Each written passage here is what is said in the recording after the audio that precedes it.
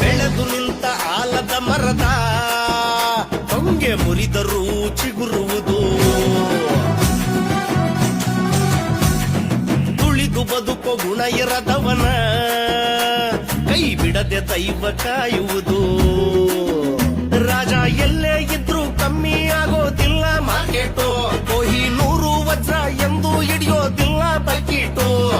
ಸೋರುತ್ತಿರುವುದು ಮನೆಯ ಮಾಳಿಗೆ, ಅಜ್ಞಾನದಿಂದ ಸೋರುತ್ತಿರುವುದು ಮನೆಯ ಮಾಳಿಗೆ.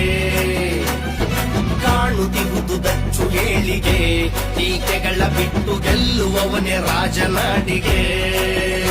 ಅಮ್ಮ ಈ ಬಾಸ್ನ ಅಪ್ಡೇಟ್ಗಾಗಿ ಗೂಗಲ್ ಸರ್ಚು ಮಾಡುತ್ತೆ, ಚಾಲೆಂಜು ಹಾಕ್ತೀನಂತ ಬಂದೋರೆಲ್ಲ ನಾಪತ್ತೆ.